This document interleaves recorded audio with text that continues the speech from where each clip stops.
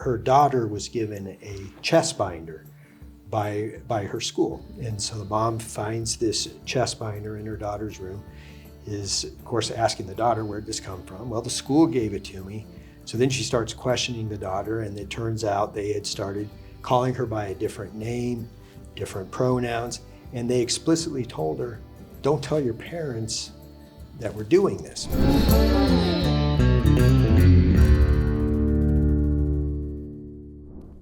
Welcome back to the Kevin Roberts Show. We are on location, which is to say it is glorious to be in America and outside Washington, D.C. And I'm with a longtime acquaintance, a compatriot in the movement to restore common sense to public policy here in the great state of Arizona. Even though they have a couple of political issues, Arizona is still one of the great promising societies, not just in America, but in the world. My friend, our guest this week, is one of the people who deserves credit for that, even though he's way too humble to take credit for it. His name is Victor Riches. He's the president and CEO of the Goldwater Institute, which you will hear more about in this episode. Victor, it is great to be sitting with you in Phoenix, Arizona. Thank you, Kevin. I appreciate you having me on. And you definitely picked the right time to come out to Phoenix because the weather is beautiful now. If you were to come out a couple months from now, you would probably be regretting it. Yeah, someone on the planes that's flying out earlier today said, "Are you prepared for the heat in Phoenix?" I said, "It's the springtime. It's going to be totally fine." What the audience may not know is I spent a couple of years in the high desert east of here in New Mexico, and I remember 110, 115 degree days. And there is reality to dry heat, and it's that it's hot. It's very hot, yes. It's particularly hot here, but it's not hot today. And what we're going to cover in this episode is, of course, a little bit of your story, which you don't usually tell because you really lead with policy and philosophy, which of course is good. But one of the things we try to do in this show is put a human face on leaders of the center-right movement in this country, and you're definitely one of them. So before we even get into the great work that Goldwater does, before we even get into the philosophy of federalism and some specific public policies that you and Goldwater have led on, how is it that Victor Riches came to be the leader of one of the important groups in this country? Sure. Well, it really started during the 1992 presidential elections. I was 20 years old, and that was the first time that I got to vote in a presidential election. So I really felt like it was that I had a civic responsibility to really try to learn about issues, understand issues. And to be honest with you, I did not grow up in a particularly political family, so I didn't really know what the difference was between a conservative and a liberal, but I knew that I wanted to vote and I wanted to vote intelligently. So I had started just diving in, reading everything I could read, watching everything I could watch, and that led me to places like the Heritage Foundation, and that really became a strong resource for me at that time. It led me to things like Bill Buckley and National Review, and of course, back then there were columns in newspapers, back when we still had newspapers. So every week you could see in almost real time these thoughts from folks like Bill Buckley and Charles Krauthammer and George Will and these guys. And that really influenced me. And then perhaps more than anyone else, I discovered Thomas Sowell, who to me is the greatest living thinker of our times. And he had a profound influence on the way I looked at economics and the way those economics apply to policy issues and everyday life. And so through that research and just wanting to vote during that election cycle, which by the way, proved to be a really transformative election cycle. I mean, when Bill Clinton won, that was really kind of the end of the Republican dominance at the presidency, and also perhaps the end of the greatest generation really determining presidential elections and a shift to that baby boomer generation. And of course, it was also unique that we had that third party candidate, a character named Ross Perot, in that race. So it was very interesting. But out of that, I really solidified some conservative beliefs. And when I graduated from college, I had the opportunity to go work at the state legislature. And back then it was the state senate. I was in the lowest position in the building. You have to start somewhere. You have to start. Yeah, I start at the bottom. I was an assistant research analyst out there. I had a little kind of cubicle underneath the stairwell in the basement. But it was a phenomenal learning experience because you're instantly thrown into the deep end and you start learning about transportation issues and criminal justice issues, commerce issues, education issues. And you are forced to read a lot of bills, write summaries on the bills, but perhaps most importantly of all, you learn how public policy is really made, the good parts of it and the bad parts of it. And I ultimately worked my way up. I became the chief of staff in the Senate after about 9 years out there. And then I also became the chief of staff in the House. I was Governor Doug Ducey's deputy chief of staff for the first 2 years of his administration. I oversaw his policy and budget shop. So all in all, I spent about 20 years doing that type of work, and it really not only gave me a great education in policy and policy making, but it also really solidified my belief in how troublesome the government can be to regular people. I did a lot of constituent work. I talked to a lot of constituents. And I can tell you, in 20 years, I never had one human being call me up and say, hey, I just wanted to give you this great news. I had this issue with Department of Revenue or with Department of Environmental Quality. And man, these guys were so helpful. They really helped me resolve this problem. It worked out great. But I had the opposite conversation probably 100 times. And it really showed me firsthand that government at all levels, the federal government, state government, all the way down to these school boards, at the end of the day, they're not really there to help their own constituents. And more often than not, they're not gonna help your business or help your life, but they might destroy your business and destroy your life. That is so true. It's important for us to remember in what is no doubt another pivotal year. It's interesting that you said what you did about 1992. People focus with great legitimacy on the importance of Bill Clinton's administration. That is to say, you can be a philosophical opponent of Bill Clinton, which you and I are, but also recognize that that was a sea change election. But my point is not just because he won and what he ushered in, but because of what it signaled in terms of the departure from the old guard, particularly on the Republican side and the so-called greatest generation, also with good reason. All of that to say, there's a lot at stake this year in 2024. And a lot of people are focused on the presidential election. Obviously, there are some other elections going on. We're not really going to get into elections in this conversation, but the context for those elections is the philosophical foundation that your policy work rests on here in Arizona. And this leads to this specific question.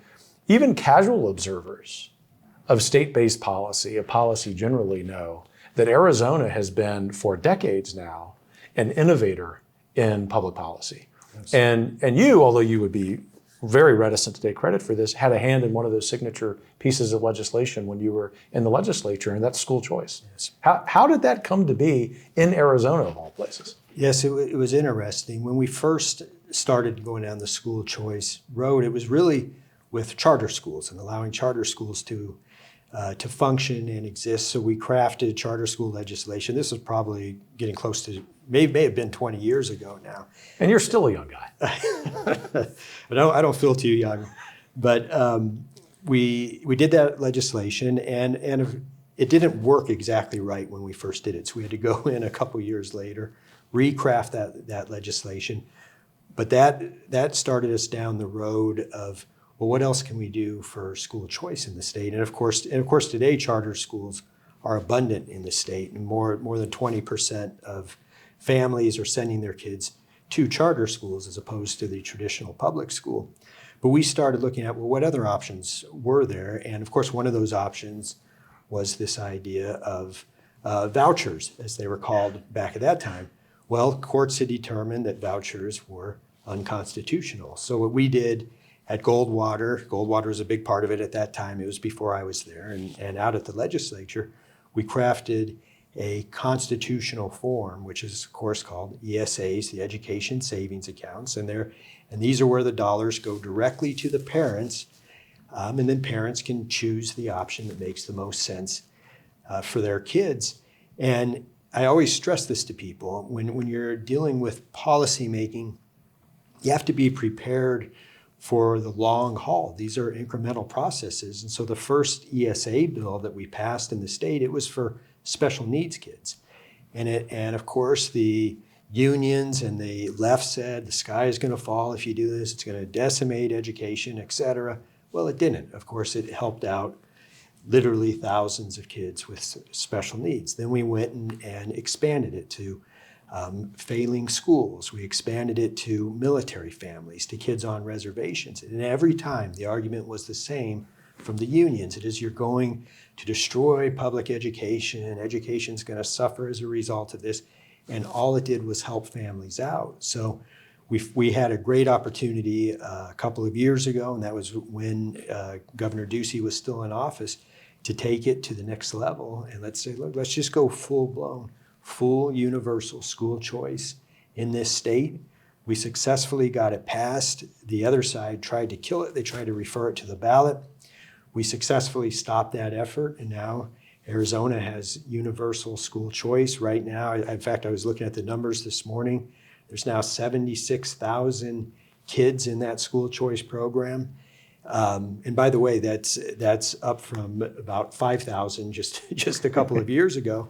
And now we also have ESAs in about 17 other states, and 8 of them have universal school choice. So you think in 2 years, went from 0 states with universal school choice to now 8, so literally helping out hundreds of thousands of families across the country just to get the education that best fits their kids' needs.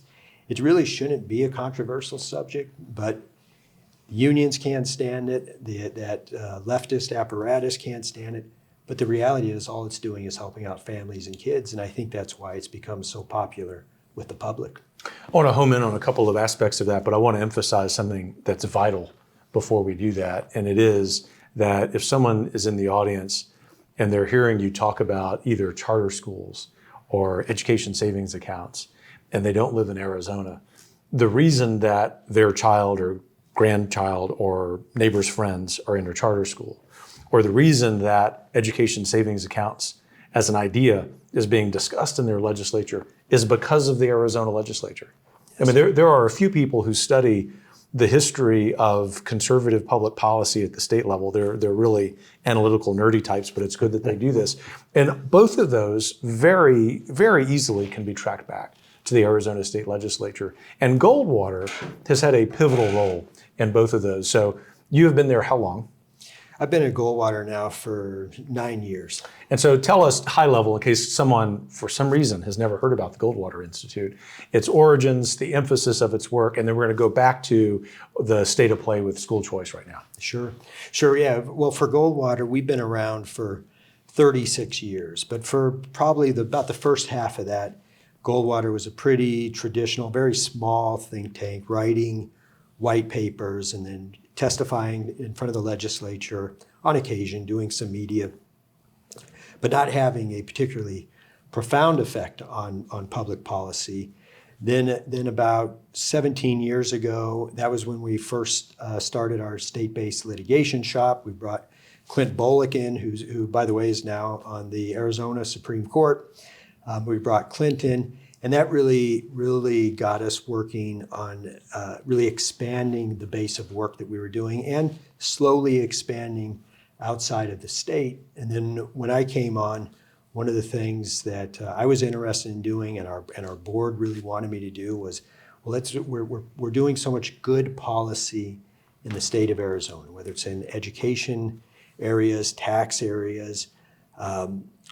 Let's start transporting these efforts across the country. And so from that point, we really started working with our allies and our friends around the country, the other state-based think tanks, school choice groups, tax organizations, chambers of commerce, and really started plotting out how can we move these state ideas across the country. And now we're working on policies, and this year we're working in about 30 states. We have roughly 100 bills that we're working on in different capacity.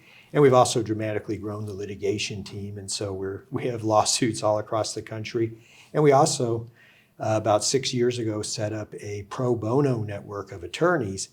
And these are attorneys that we've trained to specifically use state-based constitutions to our advantage. Everyone thinks about the federal constitution, which we all love, but there's 50 other constitutions, and some of those constitutions have even stronger protections, especially when you're looking at things like free speech and property rights. So that pro bono network now has over 800 attorneys. We have attorneys in every state. So for us, it's very easy to do work in pretty much every state in the country, especially on the legal side.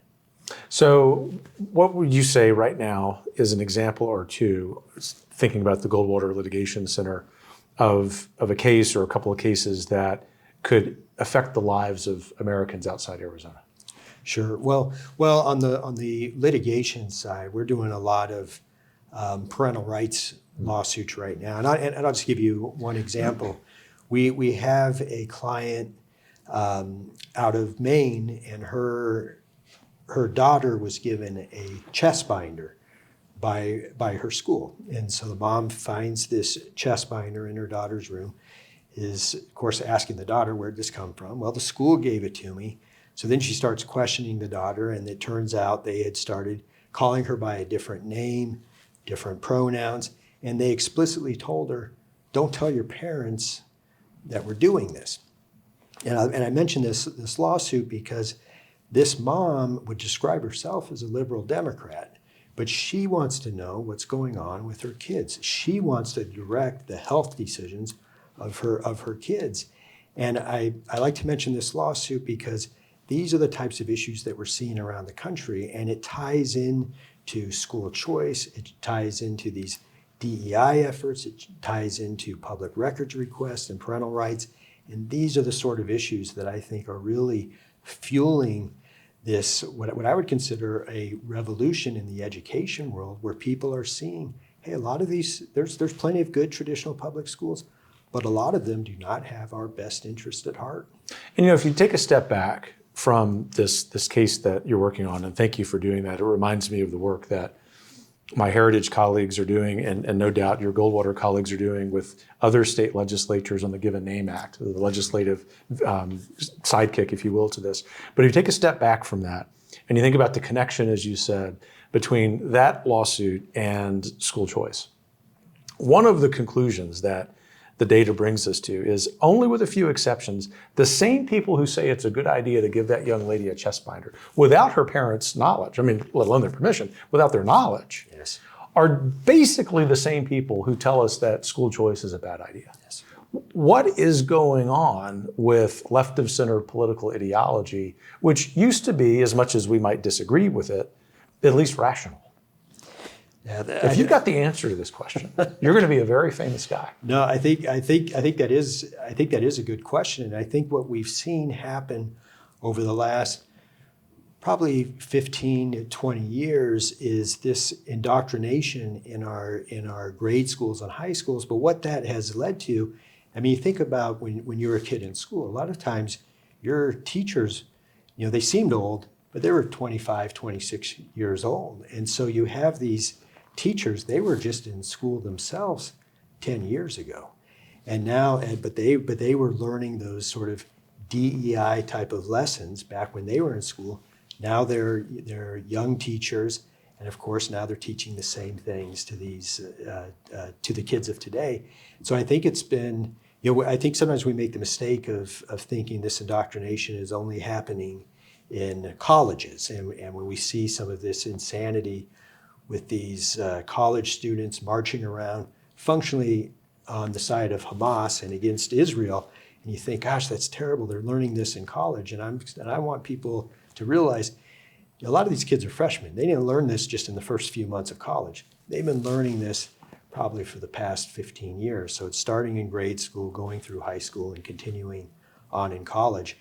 And I do think the objective is to create this sort of leftist idea where if you've had any kind of success, and success being defined very arbitrarily, we're seeing it now. Like I said, I mentioned what's happening in the Middle East. Here you have a group of people who've been persecuted for 5,000 years. They have about 40 years of relative success. and all of a sudden they're colonizers and they're the bad guys. That is insanity, but that's what's being taught, unfortunately, at all levels of school. So maybe a little bit of an unfair question, although that's not the intention, of course. I want you to look into your crystal ball. Sure.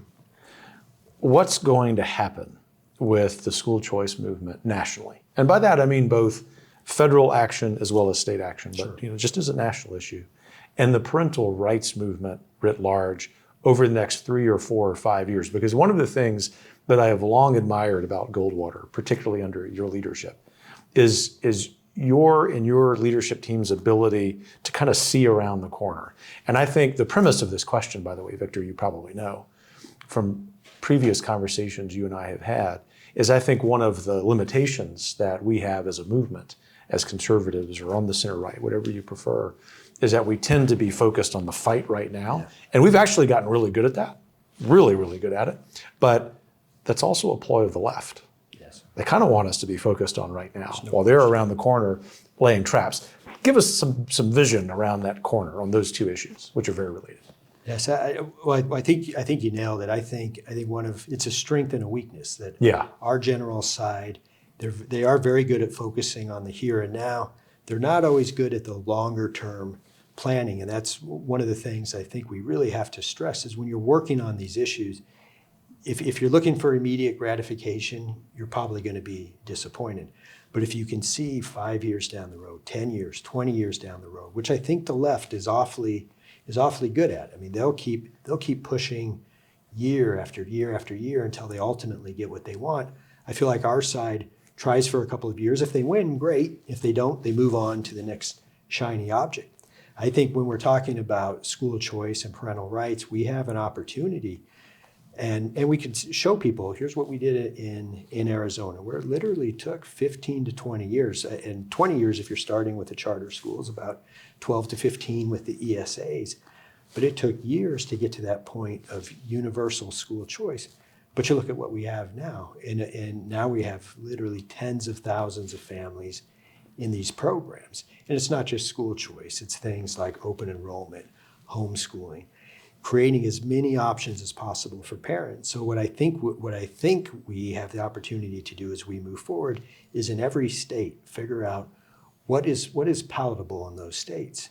You start off with that low-hanging fruit, and you reach up and you keep pushing it until you get to where you want to go. And it might take 10 years, it might take 15 years, but at the end of the day, it's a complete change in the education system and a change away from mandated one-size-fits-all bureaucratic education to the education that best fits those individual kids' needs.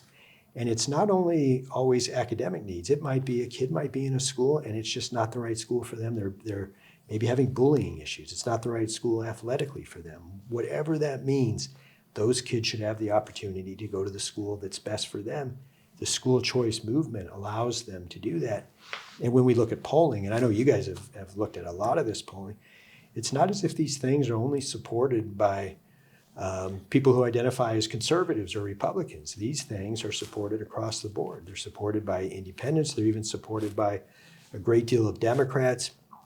In fact, we did some polling recently on academic transparency, the idea that very, very controversial idea that parents should get to see what's being taught in their classrooms. Imagine that. Which is a measure we've been working on for the last couple of years.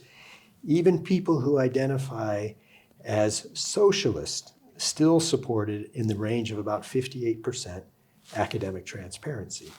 Not to mention then people who identify as just independents or conservatives.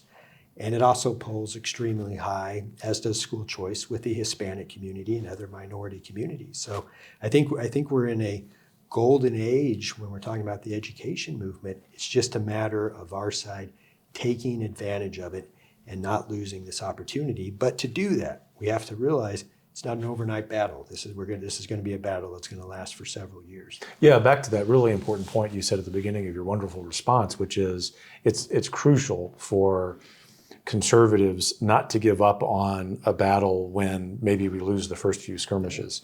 And the school choice movement is an excellent example of that. Y'all have had setbacks here in Arizona over the years, some of them tremendous surprises that they were happening in Arizona, sometimes from your courts. We had a big setback actually in 2017. We passed a universal school choice measure then.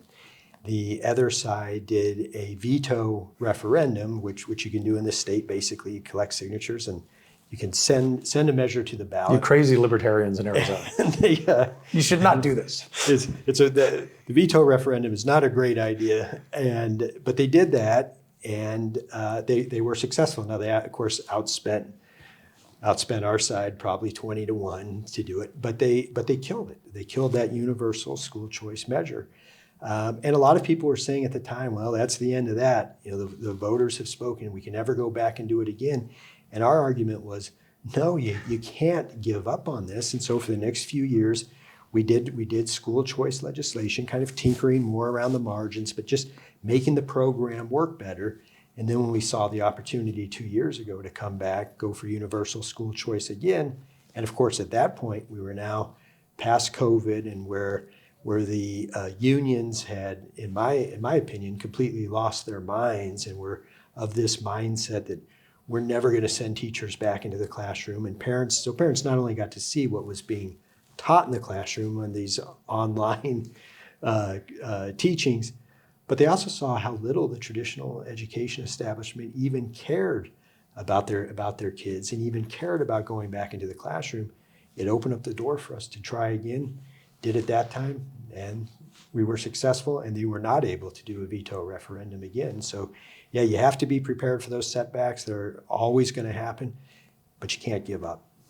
And one of the additional approaches that we need to take, and you certainly take at Goldwater, is making sure that we're trying to broaden our movement. Absolutely. And that requires most of the time to not use labels. I'm fond of the word conservative. Some people aren't. But the point is we need to talk about our ideas. We need to talk about the aspirations that those ideas lead us to, which broadly we can call the American dream, which practically every American other than the socialists who are tenured professors on the left and right coasts agree with. Absolutely. But the real opportunity in the American Southwest, America as a whole, but particularly in Arizona, is to convey that message to Hispanics. What kind of work is Goldwater doing in that regard? And are there particular lessons that people in the audience who are often thinking about this might gain? Sure. Well, I'll tell you, it's almost across the board in terms of issues. When we poll issues, I mentioned things like school choice, academic transparency, but it's the same thing when we poll.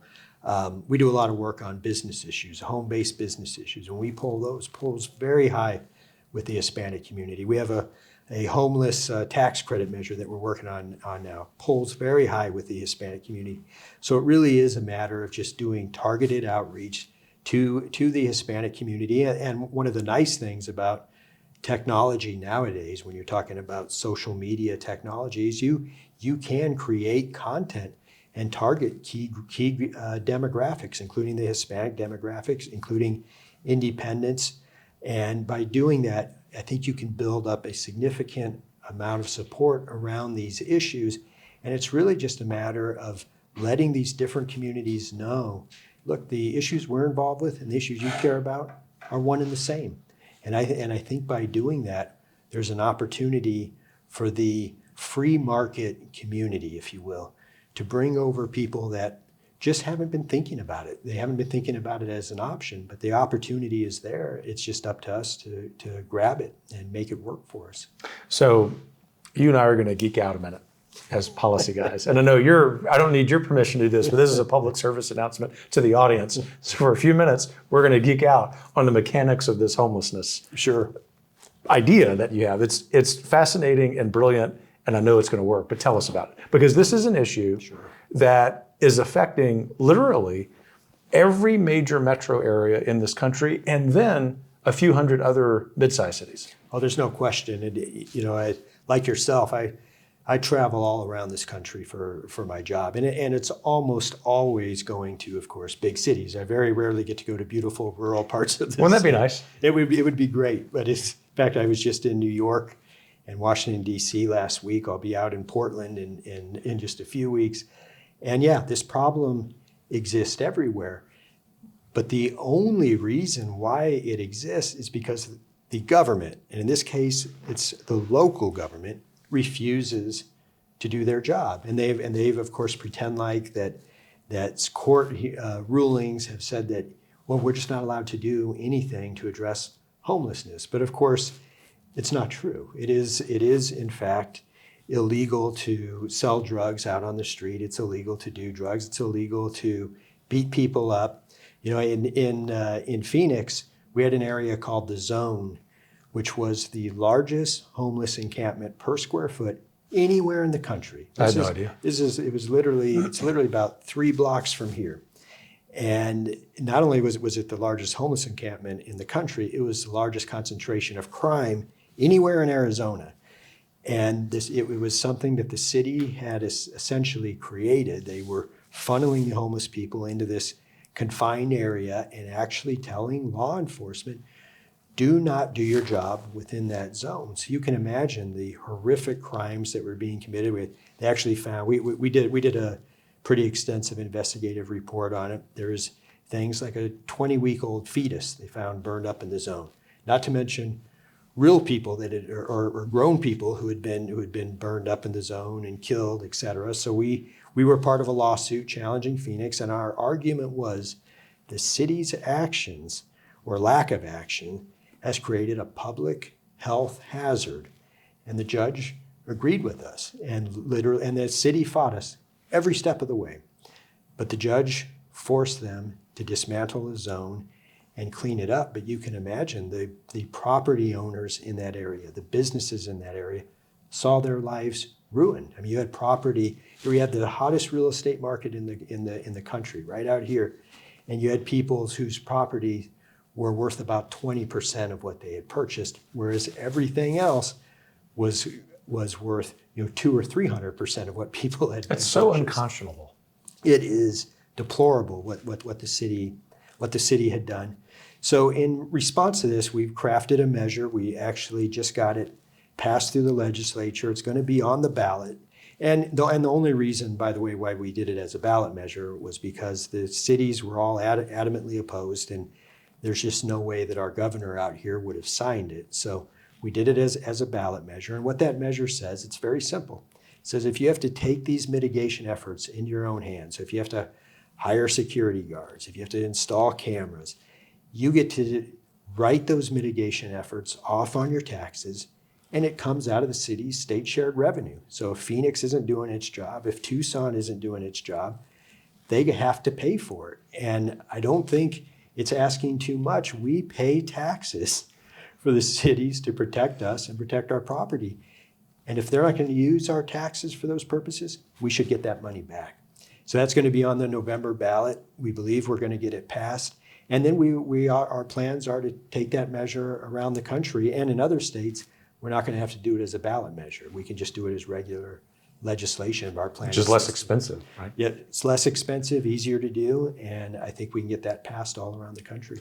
Well, not congratulations yet on the outcome, but congratulations on the idea for any member of the audience who wasn't familiar with how Goldwater operates. I knew we were going to talk about sort of your national scope, your Arizona origins, but those of us who have been in the state policy movement for a long time really see Goldwater as one of the North Stars, if you will, not just about principles, although that's true too, but about how you go about doing policy. So congratulations on the idea. Really I'll ask you one more serious policy question, and that is about the future of federalism. You and I can geek out on that too. Sure. And you can have a geek out answer if you want, but it's really more of a sort of practical common sense question, which is we sit here on the cusp of a very important election. Every election is important. This one feels particularly so. What's the future of federalism? And the implication in that loaded question, as you no doubt know, Victor, is can we still win with a federalism argument? Well, I think the answer is yes, and I think for a couple of reasons. First of all, when you look at policy happening at the federal level relative to the state level, there's very few pieces of legislation at the federal level that I think we can truly say are monumental life-changing. In fact, oftentimes they're detrimental. I mean, I saw the president's most recent budget proposal. I think it's up to like $7.3 trillion. And of course, it's all, tax the so-called wealthy and then spend a whole bunch more money. And somehow that's supposed to decrease the debt, which is an impossibility. It adds up to Common Core math is what it adds up to. It really does. And so I don't think there's very little in the way of positive ideas coming out of the federal government at that federal level. I think the opposite is true at the state level. I do think that the states have the capacity to come up with very unique ideas, whether it's things like the homeless tax credit, whether it's like school choice, universal occupational licensing, right to try, things dealing with healthcare issues. The states have the opportunity to do that, and I think people see that. I think people see that the feds are not really doing their jobs, but the states have the capacity to do their jobs. So I do think that the future of federalism is bright, but I'm also feel good about when I see things like what Governor Abbott is doing out in Texas, where he's using essentially a federalism argument to just say, hey, look, you guys are not doing your job on the border. We'll just take over from here. And you look at these areas where there's 300 or 400 people crossing illegally per day. Now they're down to 2 or 3. The states are better equipped to handle these issues than the federal government. And I think it's been demonstrated time and time again. I do think our side has to scream that from the rooftops, but I do think federalism is still very powerful, and I think federalism can still win the day. From your lips to God's ears. I know y'all do the same thing at Goldwater. I'd much preferred best case scenario thinking in public policy, knowing that maybe the ideal isn't exactly what we're going to get, but conservatively minded people spend way too much time doing worst case scenario thinking. And what it does is cause us to play the worst kind of small ball, where we think the only kind of victories we're ever going to get is on the margins. And so I love the best case scenario thinking about federalism because it actually is tied to the American dream. Obviously, philosophically, historically, we wouldn't have a country without those two things. But also in terms of common sense, that's an argument that we can win. We might put it in different terms, but the foundation's the same. No question. Well, I would do this like for 3 or 4 hours with you. So maybe this will be part 1, and I'll come out over the years and we'll do parts 2, 3, and 4. I'm happy to do it. Thank you for your time. Let me ask you one more question, and it's an answer I'm really looking forward to. You have, if you wanted to, every reason to be kind of down in the dumps. The country seems to be going to hell in a handbasket. Arizona, once this bright red state, has, shall we say, a governor who's challenging. Charity being exhibited in the middle of that by me. She's challenging. The 2024 election cycle may or may not be good to your public policies. This is not a partisan comment, it's an ideological. And yet you're smiling, you have a plan about the future, and knowing you some over the years, I know that you're hopeful. Yes. Why?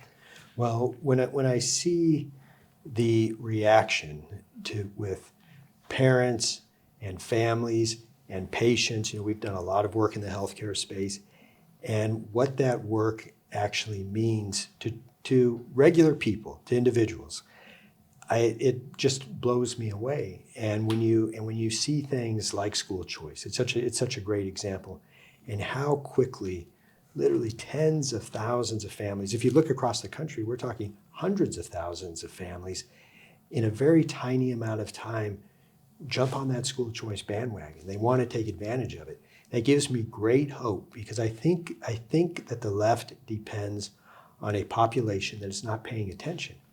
But I think the population is paying attention. If they weren't, we wouldn't see these massive gains that happen almost overnight when we pass good public policy.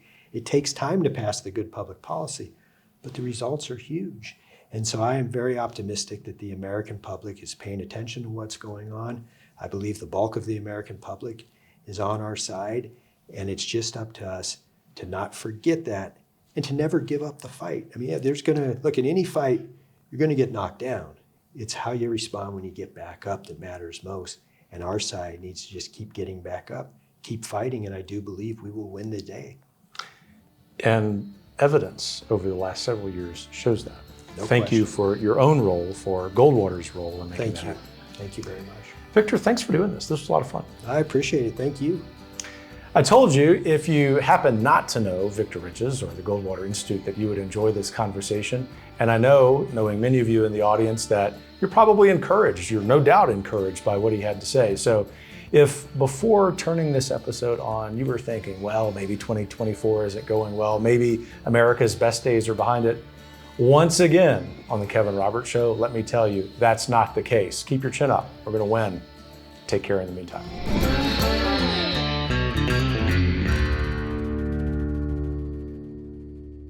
The Kevin Roberts Show is brought to you by more than 500,000 members of the Heritage Foundation. The executive producer is Crystal Kate Bonham. The producer is Philip Reynolds. Sound design by Lauren Evans, Mark Guiney, and Tim Kennedy. For more information and to subscribe, please visit heritage.org.